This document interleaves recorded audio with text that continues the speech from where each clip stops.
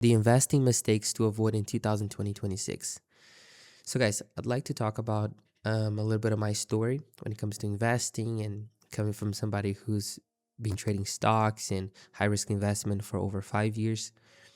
I learned a lot of lessons in my life, and goddamn it, I wish I could have go back in time and just not make half of the mistakes that I've made.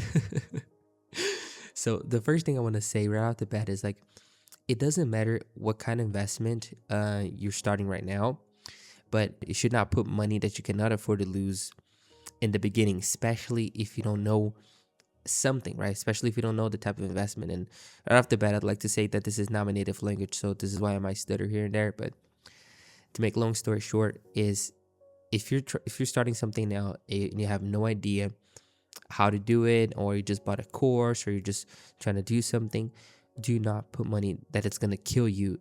If worst case scenario, you lose everything, because some mistakes, guys, I'm not saying that you cannot mess up in your life, because if you're young, if you're in your 20s, you're probably going to make a lot of mistakes in your life, but you have to understand that there are levels to making mistakes. So um it's one thing to make a mistake and lose like $1,000, for example, and it's a whole different mistake, or level, to lose 100K or 200K or 7 years of work into something, into saving up, because you started something in which you had no idea what you were doing, or maybe you were greedy, or maybe you were not very aware of the risks at the time, and that could cost you years of your life. And some people, they, like, worst case scenario, they may not even recover from it. So this is very, very, very, very, very dangerous. Okay, and I say that again from a guy who trades forex, who trades stocks. I trade options as well.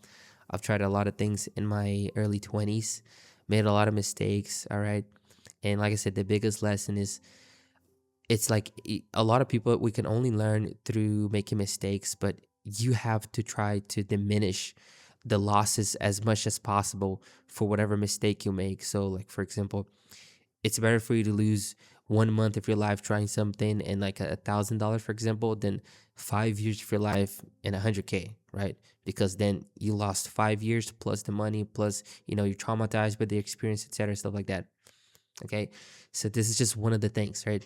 Now, there's another interesting thing that I like to talk about, which is, instead of investing in stocks and bonds and like real estate, stuff like that, especially if you're super young, I think the best thing that you can do as an investment is invest in yourself. And what do I mean by that?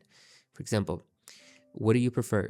Do you prefer investing, like, for example, $1,000 in S&P 500 and making 6% a year, or investing $1,000 into a skill that can potentially give you much more than $6 a year, for example, right? This is just an example. It could be anything, right? But especially when you're young, I think the best thing for you is like to specialize in some area, maybe graduate. A lot of people they're against college. They're like, "Oh, don't go to college, don't do this, don't do that." But you have to understand that the people who succeed without a college, without a degree, most likely they have a lot of connections.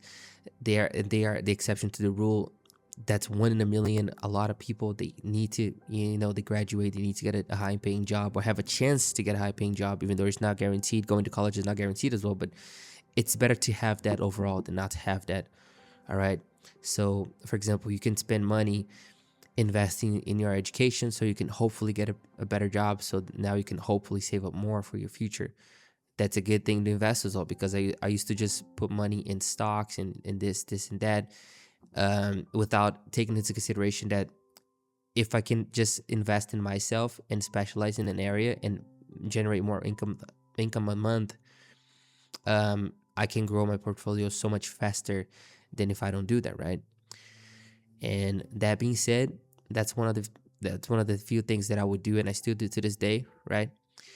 And also, another thing to avoid is like, stop comparing yourself to people on the internet, because chances are, if you're doing an investment and then somebody shows you a new opportunity or a new something here and there, first off, you have never in your life done this before. So the person who's selling you that thing has probably been doing this for years, and it's gonna take you possibly years for you to dominate that thing as well.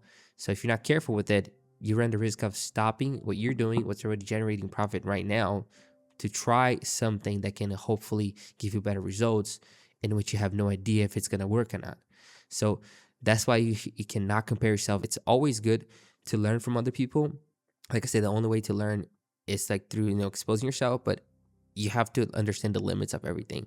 All right. If something sounds too good to be true, it's because it probably is too good to be true. And you should be comparing yourself to your older self than to someone else. Okay. So you should compare yourself today from yourself yesterday, not someone else, because everyone's journey is unique. Everyone's journey is different, right? There's a lot of privilege. There's a lot of things that are unfair in the world, etc. So yeah, hope you liked the video.